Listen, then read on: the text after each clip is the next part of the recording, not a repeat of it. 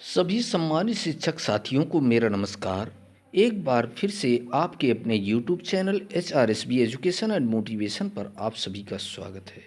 साथियों, मिशन प्रेरणा अभियान के अंतर्गत अभी तक जो कार्यक्रम चल रहे थे, उसके फेज़ 2 में निपुण भारत मिशन अभियान की शुरुआत हो चुकी है। को समस्त विद्यालयों में क्रियान्वयन कराए जाने के संबंध में विशेष सचिव महोदय का आदेश जारी हुआ है।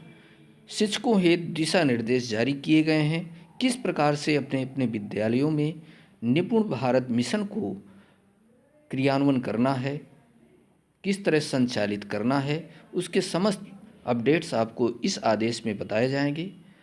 यदि आप चाहते हैं इसी प्रकार के इन्फॉर्मेटिव वीडियो आपको एक ही प्लेटफॉर्म पर उपलब्ध होते रहे तो इस चैनल को सब्सक्राइब कर लीजिए और जुड़े रहिए हमारे साथ।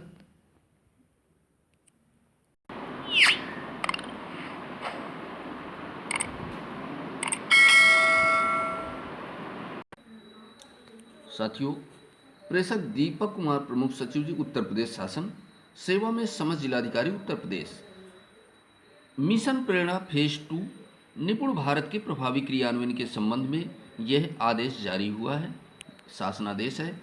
महोदय, कृपया उपयुक्त विषय के संबंध में आपका ध्यान आकृष्ट करते हुए अवगत कराना है कि शासनादेश संख्या क्रियान्वयन हेतु निर्देश जारी किए गए थे। इस संदर्भ में अवगत कराना है कि स्कूल शिक्षा और साक्षरता विभाग, शिक्षा मंत्रालय, भारत सरकार के पत्र संख्या national initiative for proficiency reading with understanding and numeracy यानी निपुण भारत गाइडलाइंस के संदर्भ में निर्देश जारी किए गए हैं। शिक्षा मंत्रालय भारत सरकार द्वारा वर्ष 2026-27 तक प्राथमिक कक्षाओं में सार्वभौमिक मूलभूत साक्षरता और संख्या ज्ञान प्राप्त करने का कक्षा 3 तक सभी बच्चों में पढ़ने लिखने और संख्या ज्ञान में ग्रेड स्तर की अपेक्षित योग्यता प्राप्त करने के उद्देश्य से राष्ट्रीय मूलभूत साक्षरता और संख्या ज्ञान मिशन यानी निपुण भारत मिशन प्रारंभ किया गया है। तत्क्रम में भारत सरकार द्वारा निपुण भारत के अंतर्गत निर्धारित लक्ष्यों को प्राप्त करने के लिए पूर्व से संचालित मिशन प्रेरणा के संबंध में जारी शासनादेश संख्या 114685-2020 दिनांक 28 फरवरी 2020 एवं शासनादेश संख्या दिनांक 11 जनवरी 2021 को अतिक्रमित करते हुए मिशन प्रेरणा फेज 2 निपुण भारत मिशन के क्रियान्वयन हेतु निम्नवत निर्देश जारी किए जाने का निर्णय सम्यक विचार उपरांत लिया गया है। निपुण भारत मिशन का विजन व उद्देश्य क्या है, ये साथियों थोड़ा सा सरसरी नज़र से देखते हैं। वर्ष 2026-27 तक प्राथमिक कक्षाओं में सार्वभौमिक मूलभूत साक्षरता ज्ञान प्राप्त करना और यह सुनिश्चित करना कि सभी बच्चे कक्षा 3 तक पढ़ने लिखने और संख्या ज्ञान में ग्रेड स्तर की योग्यता प्राप्त कर लें। 3 से 9 वर्ष की आयु के बच्चों की अधिगम आवश्यकताएं, अधिगम अंतराल और इसके अंतर्गत संभावित कारणों की पहचान करना और स्थानीय परिस्थितियों को ध्यान में रखते हुए विभिन्न कार्यनीतियों की पहल करना, प्री स्कूल कक्षा 1 के बीच संबंध स्थापित करने और सुचारू कक्षा अंतराल के उद्देश्य से SCERT द्वारा तैयार किए गए ECCI पाठचर्या फ्रेमवर्क को आंगनवाड़ी और प्री प्राइमरी स्कूल दोनों द्वारा अपनाया जाना ताकि कक्षा 1 में सुचारू कक्षा अंतरण सुनिश्चित किया जा सके। लक्ष्य साथियों जो अभी पहले पूर्व में निर्धारित किए गए थे प्रेरणा लक्ष्य मिशन प्रेरणा के तहत, उन प्रेरणा लक्ष्यों में बदलाव किए गए हैं। निपुण भारत के मिशन के अंतर्गत वर्ष 2026-27 तक बाल वाटिका से कक्षा 3 के 100% बच्चों में मूलभूत साक्षरता एवं संख्या ज्ञान का लक्ष्य प्राप्त किया जाना है। मिशन के घटक निपुण भारत के अंतर्गत निर्धारित लक्ष्यों को संप्राप्ति हेतु मुख्य घटक निम्नवत है। लक्ष्य और सूची मिशन के अधिगम ध्येय क्या हैं? बाल वाटिका से कक्षा 3 के लिए वर्ष 2026-27 तक मूलभूत साक्षरता और संख्या ज्ञान का अधिगम स्तर सुनिश्चित करने के लिए शिक्षा मंत्रालय भारत सरकार द्वारा निपुण भारत के अंतर्गत लक्ष्य सूची निर्धारित किए गए हैं। संलग्न एक के रूप में संलग्न है। मिशन के उद्देश्यों को प्राप्त करने के लिए संपूर्ण साक्षरता और संख्या ज्ञान के लक्ष्य बाल वाटिका से कक्षा 3 के लिए निर्धारित किए गए हैं जो निम्नवत है। भाषा पर आधारित लक्ष्य ये हैं साथियों, बाल वाटिका के बच्चों को अक्षरों और संगत ध्वनियों को पहचान लेते हैं, कम से कम 2 अक्षर वाले सरल शब्दों को पढ़ लेते हैं। कक्षा 1 के बच्चे अर्थ के साथ पढ़ लेते हैं। ऐसे छोटे वाक्य जो आयु के अनुसार किसी अज्ञात पाठ का भाग हो जिसमें 4 से 5 सरल शब्द हों को पढ़ लेते हैं। ये कक्षा 1 की ये आपकी भाषा के लिए लक्ष्य थे। कक्षा 2 के अर्थ के साथ पढ़ लेते हैं। 45 से 60 शब्द प्रति मिनट प्रवाह के साथ पढ़ लेते हैं। कक्षा 3 के बच्चों के लिए है प्रेरणा लक्ष्य जो है अर्थ के साथ पढ़ लेते हैं, न्यूनतम 60 शब्द प्रति मिनट के प्रवाह से पढ़ लेते हैं। इसी तरह से गणित विषय के लिए बाल वाटिका के बच्चों के लिए लक्ष्य जो निर्धारित किए गए हैं, निपुण भारत के मिशन के तहत वो 10 तक के अंकों को पहचान और पढ़ लेते हैं। एक क्रम में घटनाओं की संख्या, वस्तुओं, आकृतियों, घटनाओं को व्यवस्थित कर लेते हैं। कक्षा 1 के बच्चों के लिए 99 तक की संख्याएं पढ़ एवं लिख देते हैं, सरल जोड़ और घटाव कर लेते हैं। कक्षा 2 के बच्चे 999 तक की संख्याएं पढ़ और लिख लेते हैं और 99 यानी 99 तक की संख्याओं का घटाव भी कर लेते हैं। कक्षा 3 के बच्चे 9999 तक की संख्याएं पढ़ और लिख लेते हैं, सरल गुणा संख्याओं को हल कर लेते हैं। ये आपके प्रेरणा लक्ष्यों में बदलाव जो किया गया है, ये बाल वाटिका से लेकर कक्षा 3 के बच्चों के लिए भाषा और गणित विषय में किया गया है। उक्त निर्धारित लक्ष्यों के अनुरूप किसी विद्यालय के 100% बच्चों द्वारा ग्रेडेड कॉम्पिटेंसी हासिल किए जाने के उपरांत विद्यालय को प्रेरक विद्यालय घोषित किया जाएगा। उक्तानुसार किसी भी विकासखंड के 100% बच्चों द्वारा निर्धारित दक्षताएं प्राप्त किए जाने की दशा में उक्त विकासखंड को प्रेरक विकासखंड यानी पोल पॉकेट ऑफ लर्निंग एक्सीलेंस के रूप में घोषित किया जाएगा। इसी प्रकार जिस जनपद के समस्त विकासखंडों द्वारा स्वतंत्र मूल्यांकन में निर्धारित लक्ष्यों को प्राप्त कर लिया जाएगा, उन्हें प्रेरक जनपद घोषित किया जाएगा। बाल वाटिका क्या है साथियों? बाल वाटिका बाल विकास एवं पुष्टाहार विभाग के समन्वय से समग्र शिक्षा द्वारा यह सुनिश्चित किया जाएगा कि 5 वर्ष की आयु से पूर्व प्रत्येक बच्चा एक प्रिपरेटरी कक्षा या बाल वाटिका में जा सकेगा।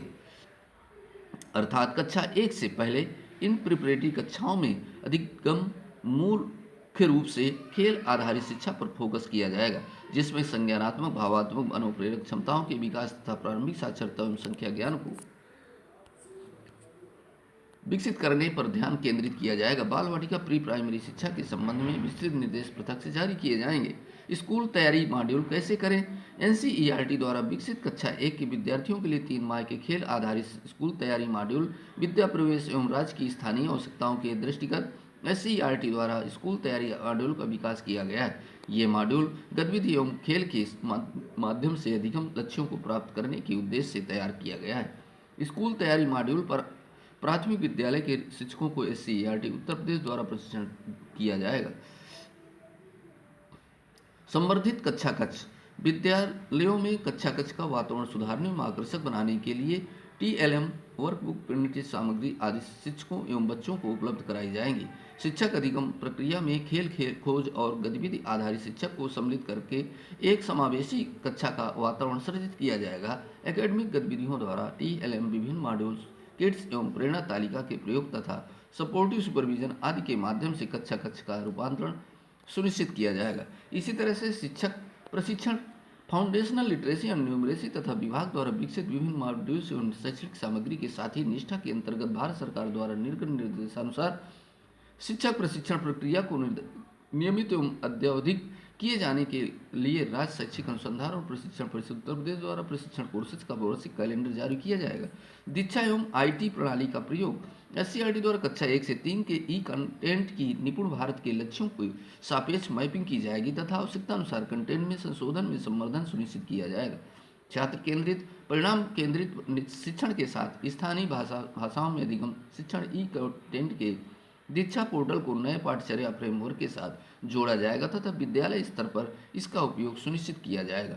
आईटी प्रणाली यथा दीक्षा स्मार्ट क्लासेस आदि को बढ़ावा दिया जाएगा। अधिगम आकलन छात्र छात्राओं की लर्निंग आउटकम्स के आधार पर विषयवार, ग्रेडवार अधिगम आकलन में मूल्यांकन हेतु विद्यालय आधारित आकलन, राज्य स्तरीय आकलन, स्टूडेंट असेसमेंट टेस्ट एवं राज्य परियोजना कार्यालय स्तर से चयनित वाह्य संस्था के माध्यम से स्वतंत्र मूल्यांकन सुनिश्चित किया जाएगा। आकलन के परिणामों के आधार पर बच्चों को प्रगति कार्ड उपलब्ध कराया जाएगा, जिसमें बच्चों के समय प्रगति का विवरण अंकित होगा। आयोजित की गई परीक्षा का रिपोर्ट कार्ड प्रत्येक छात्र छात्रा के अभिभावक को प्रेषित किया जाएगा। यह प्रत्येक विद्यालय की ग्रेडिंग कराते हुए विद्यालय रिपोर्ट कार्ड खंड शिक्षा अधिकारी के माध्यम से प्रधान अध्यापकों को प्रेषित किया जाएगा, जिससे कि शैक्षिक गुणवत्ता में निरंतर सुधार किया जा सके।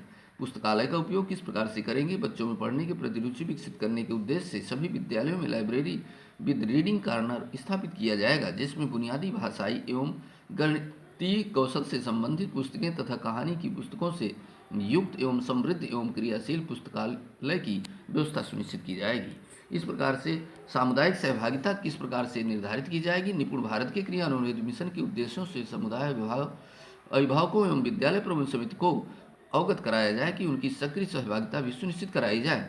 वित्तीय प्राविधान निपुण भारत मिशन के अंतर्गत कार्यक्रमों एवं गतिविधियों का क्रियान्वयन भारत सरकार द्वारा समग्र शिक्षा के अंतर्गत वार्षिक कार्य योजना एवं बजट में प्राप्त स्वीकृति के क्रम में समग्र शिक्षा द्वारा वहन किया जाएगा। उक्त हेतु जनपदों को प्रेषित धनराशि के व्यय आदि के संबंध में विस्तृत दिशा निर्देश राज्य परियोजना निदेशक समग्र शिक्षा द्वारा प्रेषित किए जाएंगे। क्रियान्वयन एवं अनुश्रवण मिशन के प्रभावी अनुश्रवण हेतु राज्य जनपद एवं विकास खंड स्तर पर निम्नवत टास्क फोर्स गठन किया जाएगा। राज्य स्तरीय टास्क फोर्स में मुख्य सचिव उत्तर प्रदेश शासन अध्यक्ष होंगे। अपर मुख्य सचिव सदस्य, अपर मुख्य सचिव पंचायती राज विभाग सदस्य, अपर मुख्य सचिव चिकित्सा एवं स्वास्थ्य विभाग सदस्य, अपर मुख्य सचिव बाल विकास विस्तार सदस्य, खेलकूद विभाग सदस्य, महानिदेशक स्कूल शिक्षा उत्तर प्रदेश सदस्य, राज्य परियोजना निदेशक समग्र शिक्षा सदस्य सचिव, निदेशक माध्याह्न भोजन प्राधिकरण सदस्य, निदेशक माध्यमिक शिक्षा उत्तर प्रदेश सदस्य, निदेशक बेसिक शिक्षा सदस्य, निदेशक राज्य शैक्षिक अनुसंधान एवं प्रशिक्षण परिषद सदस्य, शिक्षा विशेषज्ञ यूनिसेफ लखनऊ सदस्य, NFL फाउंडेशन एजुकेशन न्यूवेसी के क्षेत्र में कार्य करने वाले 2 प्रतिष्ठित संस्थाएं ख्यातिलब्ध शिक्षाविद, अपर मुख्य सचिव प्रमुख सचिव बेसिक शिक्षा द्वारा नामित ये सदस्य होंगे 14। और जनपद टास्क फोर्स जिलाधिकारी अध्यक्ष होंगे, मुख्य विकास अधिकारी उपाध्यक्ष होंगे, मुख्य चिकित्सा अधिकारी सदस्य होंगे, प्राचार्य जिला शिक्षा एवं प्रशिक्षण संस्थान सदस्य, जिला विद्यालय निरीक्षक सदस्य, जिला पंचायती राज अधिकारी सदस्य, जिला कार्यक्रम अधिकारी सदस्य, जिला परिवीक्षाधिकारी सदस्य, जिला समाज कल्याण अधिकारी सदस्य, जिला दिव्यांगजन सशक्ति अधिकारी सदस्य, जिला सूचना विज्ञान अधिकारी सदस्य, जिला युवा कल्याण अधिकारी सदस्य, प्रधानाचार्य GIC जनपद मुख्यालय सदस्य और प्रतिष्ठित संस्थाओं के जिला व्यवस्था अधिकारी सदस्य होंगे।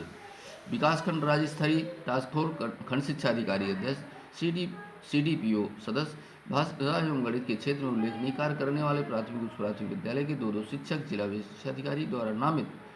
ये आपके टास्क फोर्स के कार्य क्या रहेंगे? निपुण भारत के अंतर्गत निर्धारित लक्ष्यों की संप्राप्ति हेतु नियमानुसार कार्य निर्धारित किए जाते हैं। राज्य स्तरीय टास्क फोर्स की छमाही तथा जनपद की विकास खंड स्तरीय टास्क फोर्स की मासिक बैठकें आहूत करते हुए टास्क फोर्स द्वारा लिए गए निर्णयों को पालन सुनिश्चित कराना है। निपुण भारत की प्रगति हेतु वार्षिक लक्ष्यों को प्रगति की समीक्षा और निर्धारित लक्ष्य की संप्राप्ति हेतु कार्य योजना एवं अनुपालन। निपुण भारत मिशन के अंतर्गत निर्धारित घटकों का संबद्ध क्रियान्वयन एवं अनुश्रवण, मिशन के लक्ष्यों की प्राप्ति में आ रही बाधाओं की पहचान तथा निराकरण सुनिश्चित कराना, प्रशिक्षण कार्यक्रमों का संचालन और प्राथमिक शिक्षकों का क्षमता संवर्धन सुनिश्चित कराना, इसके लिए समस्त आवश्यक संसाधन को उपलब्ध सुनिश्चित कराना, मिशन के तहत महत्व से सभी हितधारकों को जागरूक करने के लिए प्रचार प्रसार तथा प्रोत्साहित करना। निपुण भारत के संदर्भ में विस्तृत गाइडलाइन शिक्षा मंत्रालय भारत सरकार द्वारा इस संबंध में मुझे कहने का आज निर्देश हुआ है कि प्रस्तर 2 में दिए गए निर्णयानुसार मिशन के प्रभावी क्रियान्वयन एवं लक्ष्य प्राप्ति हेतु जनपद एवं विकासखंड स्तरीय टास्क फोर्स का गठन 1 माह के अंदर कराते हुए उपयुक्तानुसार अपने स्तर से संबंधित अपेक्षित कार्यवाही कराने का कष्ट करें। राज्य परियोजना निदेशक समग्र शिक्षा उत्तर प्रदेश को पदेन निपुण भारत मिशन का मिशन डायरेक्टर नामित किया जाता है। श्री भौदी, श्री दीपक कुमार जी प्रमुख सचिव। ये साथियों बहुत ही महत्वपूर्ण था जो मिशन प्रेरणा के फेज 2